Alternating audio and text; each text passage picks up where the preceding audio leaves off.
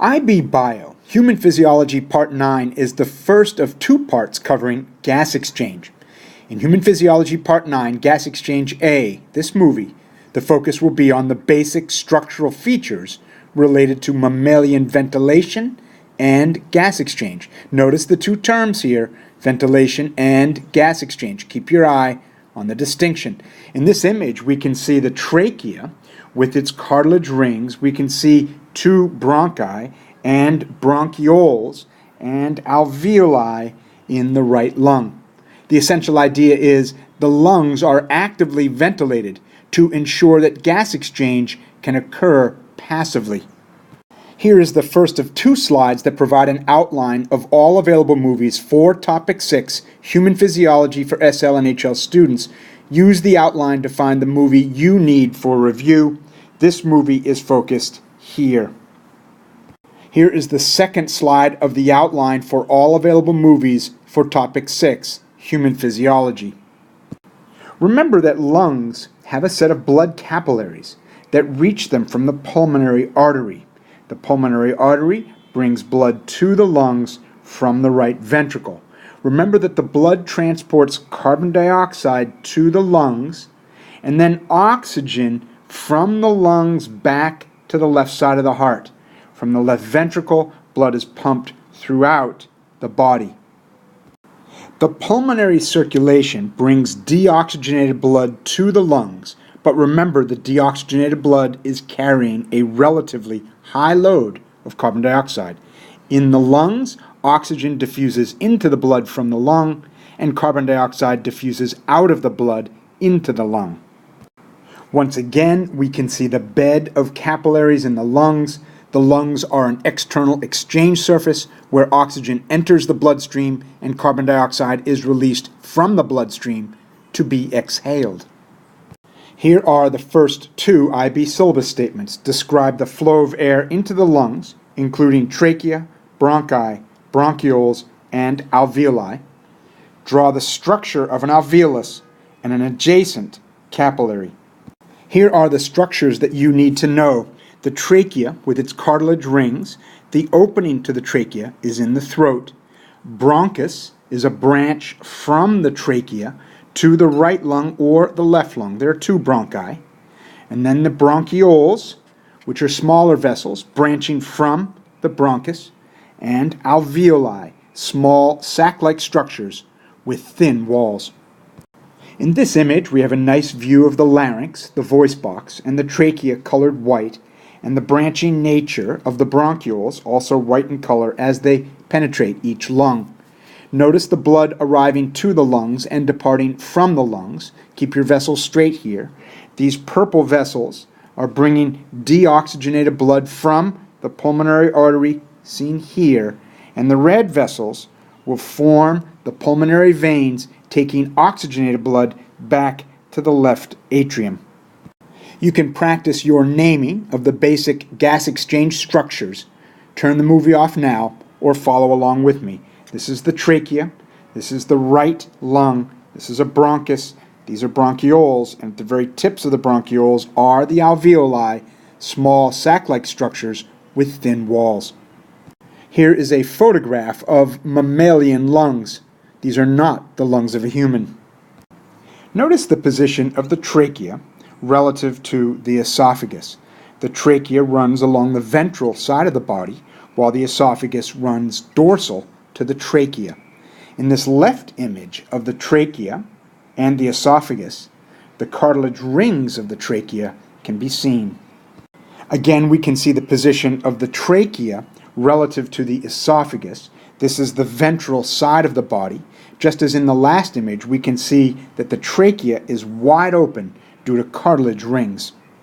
Here is a photograph looking down the trachea. Notice the two bronchi in the distance, and notice the cartilage rings. Here is a photograph of the trachea with its cartilage rings that keep the trachea open. The open tracheal tube sustains the flow of oxygen into the lungs at all times, even when you're asleep. The epithelium of the trachea, seen here, has cilia and mucus, both of which serve to trap particles from the air, including bacteria or pollutants, before those particles reach your lungs where they might cause disease. The cilia seen here protect our lungs from pathogens, disease-causing organisms. The rhythmic beating of the cilia moves the pathogens and other particles back up to the throat where they can be expelled. Here are the next two IB syllabus statements. Define ventilation system. Explain the need for a ventilation system. The ventilation system, the system by which mammals move air to the lung surface, includes the diaphragm, ribs, and the muscles of the ribs. Muscles that lie within the rib cage serve to expand and reduce the volume of the chest cavity. The chest cavity is also known as the thoracic cavity. The ventilation system brings air to the lung surface, where oxygen would diffuse into the blood and carbon dioxide would diffuse out. Here is a diagram that includes all of the structures related to the ventilation system: the trachea, the two bronchi, the bronchioles ending in alveoli. As well, we can see the ribs, the muscles between the ribs, and the diaphragm. But you must keep your definitions clear. Ventilation is the active movement of air in and out of the lungs. Ventilation is the bulk flow of air as a result of pressure differences between the thoracic cavity and the atmosphere due to the contraction and relaxation of the diaphragm and the intercostal muscles of the ribs. Gas exchange is the diffusion of oxygen and carbon dioxide between blood and alveoli in the lungs, or between capillaries and body cells everywhere. Cell respiration is the metabolic process by which oxygen is consumed as the final electron acceptor in the transformation of energy in glucose to energy in ATP. The diaphragm is a sheet of muscle tissue that lies just below the rib cage and separates the abdominal cavity from the thoracic cavity. You should remember the diaphragm from our fetal pig dissection. The diaphragm is also an important structure in the ventilation system as it serves to change the volume of the chest cavity.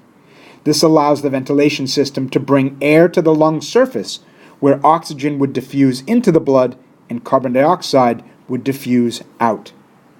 Here is a quick introduction to the mechanism of ventilation, the mechanism of breathing. This will be a topic that I cover in detail in Part 10, Gas Exchange B.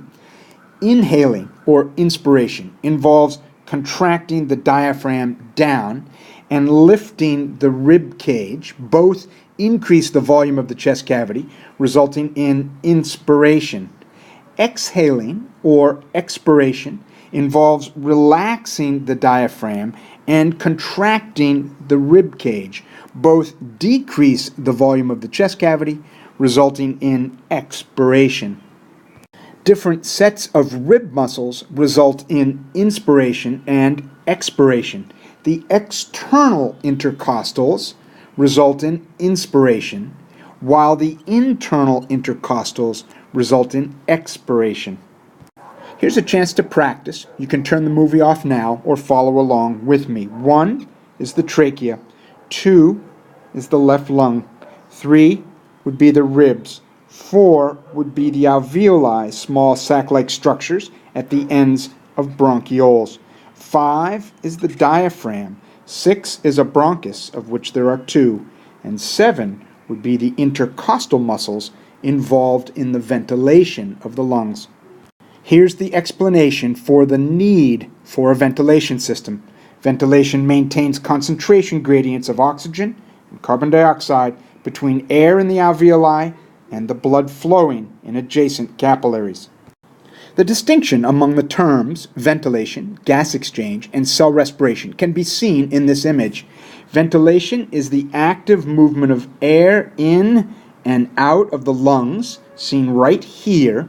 Gas exchange is the diffusion of oxygen into the blood and CO2 out of the blood, or oxygen out of the blood near body cells at the capillary beds and CO2 out of the body cells into the blood in the capillary beds of the body. Cell respiration is conducted by body cells everywhere. It is the metabolic process by which oxygen is consumed as the final electron acceptor in the transformation of glucose to the energy in ATP. The entire respiratory system encompasses ventilation, gas exchange between lungs and blood, the transport of those gases in the blood, gas exchange again between blood and tissue cells, and cell respiration. The lungs provide a very large exchange surface for gas exchange. In this image, we can clearly see the immense surface area, more than 200 square meters, the area of a tennis court, that allows for gas exchange. The surface area results from the numerous and small circular structures known as alveoli. Using this image, can you make out the distinction between ventilation and gas exchange? Ventilation is the active movement of air in and out of the lungs, bringing oxygen to the alveolar surface and removing carbon dioxide from the alveolar surface. Gas exchange is the diffusion of oxygen into the blood from the alveolus and the diffusion of carbon dioxide out of the blood into the alveolus to be removed from the body by ventilation. Remember that gas exchange also occurs in the capillary beds throughout the body. In this image, we can see the chemical change in the blood represented by color change. Blood arrives to the alveolus from the heart. The partial pressure of oxygen in the alveolus is high, so blood absorbs oxygen. The blood has relatively high partial pressure of carbon dioxide, so carbon dioxide diffuses passively into the alveolus to be exhaled. The hemoglobin within red blood cells becomes saturated with oxygen, and then the blood departs the lungs for its return to the left side of the heart. In this diagram, we have the circulatory system, the alveolus, and the body cells seen here. The values given represent the partial pressure of oxygen and carbon dioxide respectively. Let's start here and examine the change in the composition of the blood as it circulates past the alveolus. Blood with 40 mmHg oxygen and 45 mmHg CO2 moves to the alveolus, where because of differences in the partial pressure, oxygen diffuses into the blood and CO2 diffuses out of the blood. Blood leaves the alveolus, displaying partial pressures similar to that of the alveolus.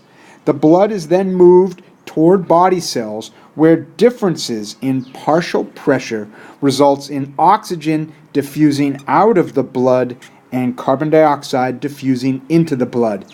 Then the blood returns to the lungs low in oxygen and relatively high in carbon dioxide. Remember, diffusion direction is determined by relative partial pressures. This image is similar to the last one. However, the partial pressures are given as percentages, not millimeters of mercury. Otherwise, there is nothing new in this image. The relative percentages determine the direction of diffusion. Turn the movie off now to study the relative partial pressures to understand the diffusion of oxygen and carbon dioxide at the lung and in the capillary beds in the systemic system. Note one other feature. The right heart and the left heart are shown as separate. Don't be alarmed. This should make sense. Blood from the body returns to the right side of the heart and then is pumped to the lungs, then to the left side of the heart, and then out to the body. In this image, blood is arriving to the alveolus with partial pressures given in kilopascals rather than millimeters of mercury. You can see the partial pressure of oxygen and carbon dioxide in the blood arriving to the alveolus. And then I ask, what are the partial pressures of oxygen and carbon dioxide in the blood that is leaving the alveolus?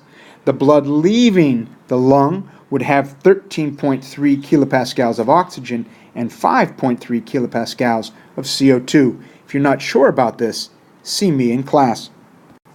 In this slide, we can see the composition of oxygen, carbon dioxide, and water vapor in air at different moments in time: inspired air, alveolar air, and expired air. Notice the percentage of oxygen in the alveolus is much less than in inspired air. This low value results from oxygen diffusing from the alveolus into the bloodstream. Oxygen levels rise slightly with expired air because the air deep in the alveolus is now mixing with the air in the trachea that has a bit more oxygen in it. The level of carbon dioxide in alveolar air is high because carbon dioxide has diffused from the blood into the alveolus due to the partial pressure gradient. We exhale carbon dioxide as a metabolic waste of cell respiration.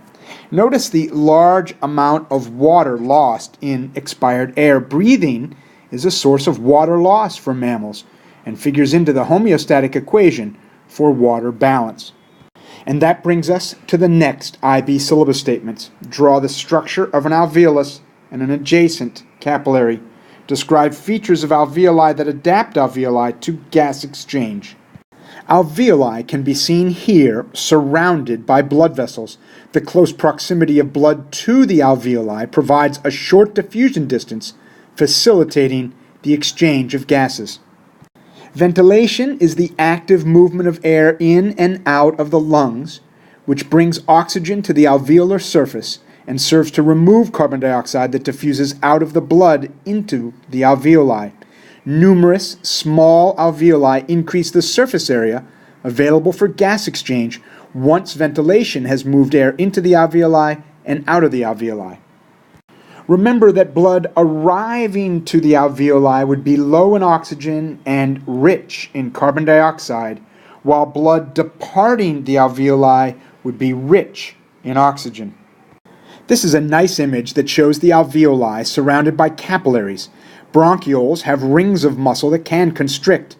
People suffering from asthma experience situations where these muscles spasm and constrict dramatically, reducing the person's ability to ventilate.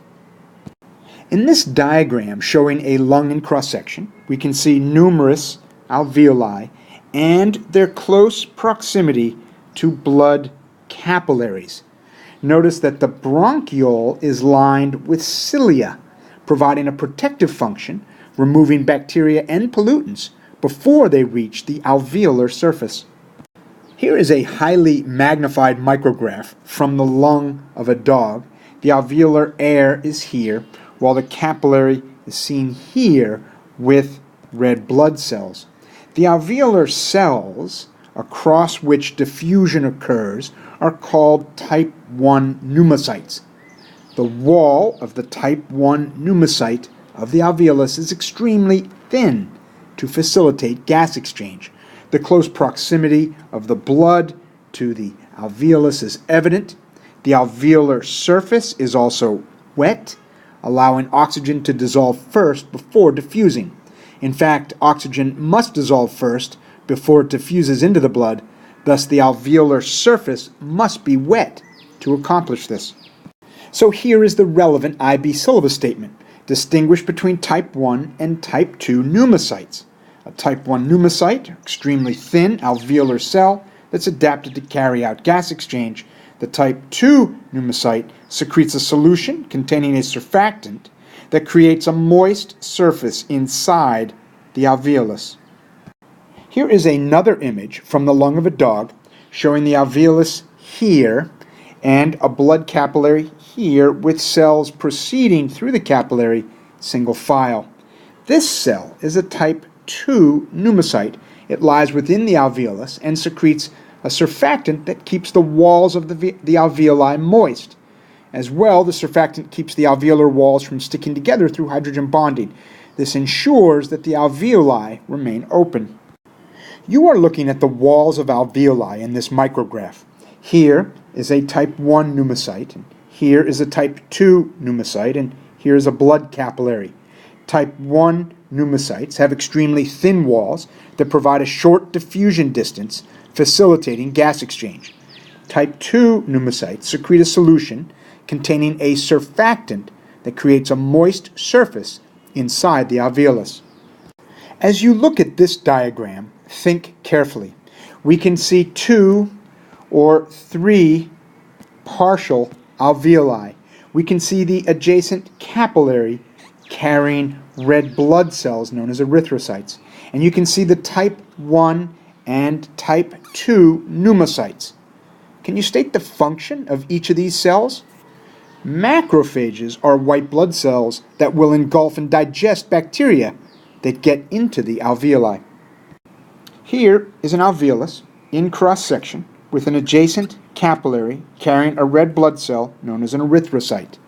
Type 1 pneumocytes seen here, are extremely thin alveolar cells that are adapted to carry out gas exchange by providing a very short diffusion distance for the exchange of gases. Type 2 pneumocytes secrete a solution containing a surfactant. You can see the surfactant here lining the alveolus. The surfactant creates a moist surface inside the alveolus to prevent the sides of the alveolus from adhering to each other. The surfactant effectively reduces surface tension. Macrophages are white blood cells that will engulf and digest bacteria that get into the alveoli. In this micrograph from a dog lung, it can be seen that the exact distance from the lumen of the alveolus to the bloodstream is going to be less than half of a micrometer. As well, only two cell layers, the wall of the alveolus and the wall of the capillary, need to be crossed by oxygen and carbon dioxide as they passively diffuse in and out of the blood respectively. You can see how thin the type 1 pneumocyte really is. It shouldn't surprise you at this point, after studying the epithelial cells of the small intestine, that pinocytosis might be at work to facilitate gas exchange. So here are the adaptations of the alveoli that serve their role as a gas exchange site. High surface area due to their small size and the numerous quantity, thin-walled, providing a short diffusion distance over which oxygen and carbon dioxide must diffuse, surrounded by blood vessels, again facilitating gas exchange, and they're wet. The gases dissolve and then diffuse. Hemoglobin, to be found in the red blood cells, is the molecule that carries oxygen. Each hemoglobin is composed of 4 polypeptide chains, also known as globin, and 4 heme groups, ring structures with an iron atom at the center. Oxygen binds to the iron. Each red blood cell has approximately 250 million molecules of hemoglobin. That would be 1 billion oxygen molecules per red blood cell. The presence of hemoglobin in red blood cells increases the blood's capacity to carry oxygen by some 70 times. Here's an IB syllabus statement that should be familiar to you. Hopefully, having looked at the ventilation and gas exchange system, you have strengthened your understanding of this statement. Remember, oxygen is not very soluble in water, so hemoglobin serves to transport oxygen. Glucose, amino acids, sodium, and chloride ions are quite soluble in water, so those molecules are dissolved in blood plasma. Cholesterol and fats are not soluble in plasma, thus they tend to be wrapped in water-soluble proteins for transport. And that brings us to the end. Topic 6, Human Physiology, Part 9, Gas Exchange A.